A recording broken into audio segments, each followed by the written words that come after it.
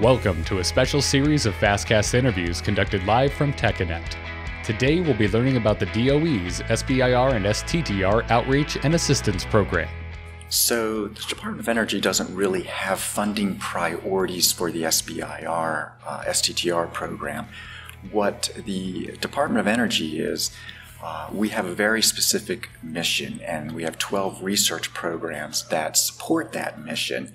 And so the topics that we write for these 12 research programs that participate in the SBIR, STTR program are designed to support the department's mission. So we don't advise that small businesses initially reach out to our program managers. What we encourage our small businesses to do is to read our topics, look at the references that follow each of those topics, and very often there are links to the internet where they can click on the program's strategic plans, their budgets, and their priorities, and they can begin to understand the context to which these topics were written. And given that, what we always tell our small businesses that when you read these topics, you take them literally as they are written. So these small businesses understand their research, they understand what their technology and innovation is all about, and we tell them if they feel that it is a responsive technology or innovation, that they are best able to make that determination as to whether they have a responsive idea for what we are looking for. If we do also provide a formal means of communicating back to a small business once a funding opportunity announcement opens up in the SBIR and STTR world. And that's called a letter of intent. Currently, we're the only agency that requires small businesses interested in applying to our Phase 1 program to submit a letter of intent. And that letter of intent will tell a program manager who you are, who your small business is, and what topic and subtopic you will be applying toward, and why you think your technology is responsive to that topic. And if that technology appears not to be responsive, we'll let you know that. Otherwise, we encourage you to submit an application based on if no feedback from us. The most important piece of information I would say is that each of the granting agencies work under the same enabling legislation. We all review our Phase 1 proposals using the same criteria.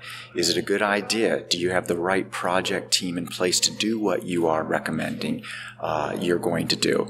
And and if you're successful with this innovation, where are you going with it? However, we all weight that criteria differently. And what I would tell a small business is that if you are interested in the Department of Energy's SBIR, STTR programs, then what you should do is invest yourself a little bit into better understanding how our application and award process works versus maybe the National Science Foundations or the National Institutes of Health. Because we all, as I said earlier, work under the same enabling legislation, but we all implement our programs radically differently. So if you take what you hear from another agency and try to apply it at the Department of Energy, you might find that it is totally different from the way we implement our program. What we tell small businesses is that what gets you funded is your idea. If you have a novel idea that is responsive to what a topic manager is looking for, that is one of the biggest pieces or the biggest secret that I can probably reveal to you right now. It has to be responsive. If you think you have something responsive, then you have a pretty good chance of getting evaluated by the Department of Energy especially if you've got the right team in place and you know where you're going with this commercially. What I would also advise small businesses is that don't give up. Though 15% of our applications, our Phase 1 applications are funded, they're awarded with the very first application. Upwards of 30-35% of repeat submitters are eventually funded. So what we tell you is you get back information from our reviewers, and you take that information and you reintegrate it. If we have that same topic or a similar topic, you can address those reviewer issues in that next proposal, and you stand a little bit better chance of getting funded the second time around.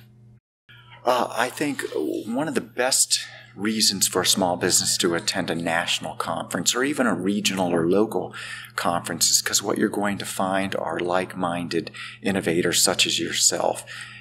You're also going to find a group of federal officials that you're not going to find anywhere else. And you'll be able to have a one-on-one discussions with these federal officials, and you'll be able to begin to best understand which agency might be the most appropriate agency for you to apply toward.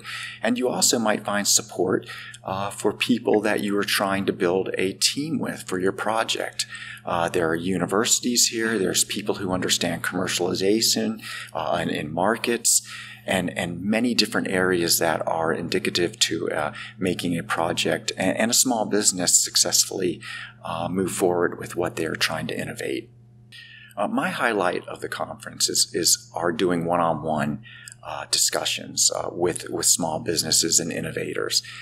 To me, that's always kind of exciting because at work, at my desk, we don't engage a lot with the public, especially those people who are innovating. And when we get to sit down with these people, we get to see kind of the fruits of our labor.